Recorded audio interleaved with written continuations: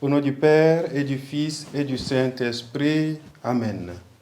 Esprit de Dieu, tu es le feu. Esprit de Dieu, tu es le vent. Esprit de Dieu, tu es la rosée. Évangile de Jésus-Christ selon saint Luc, chapitre 14, versets 1 à 6. Un jour de sabbat, Jésus était entré dans la maison d'un chef des pharisiens pour y prendre son repas, et ces derniers l'observaient. Or, voici qu'il y avait devant lui un homme atteint d'hydropysie.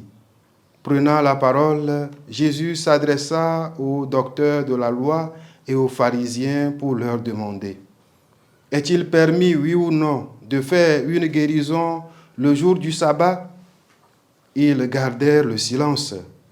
Tenant alors le malade, Jésus le guérit et le laissa aller.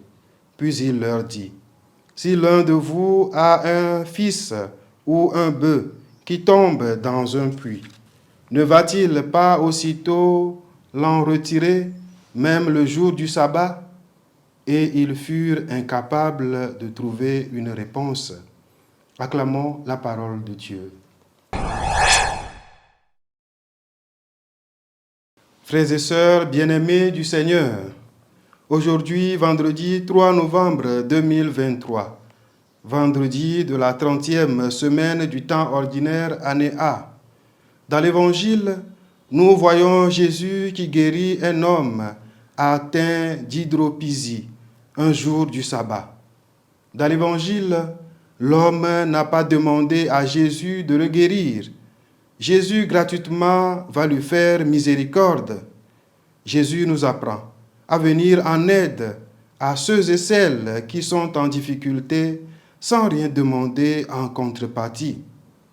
Mais avant d'opérer la guérison, Jésus pose la question aux docteurs de la loi et aux pharisiens pour les amener à découvrir par eux-mêmes que la charité doit être au-dessus des observances.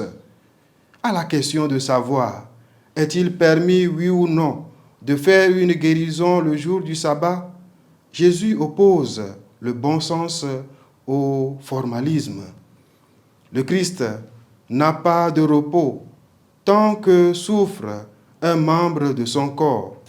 Sommes-nous tranquilles quand nos frères et sœurs pâtissent à côté de nous?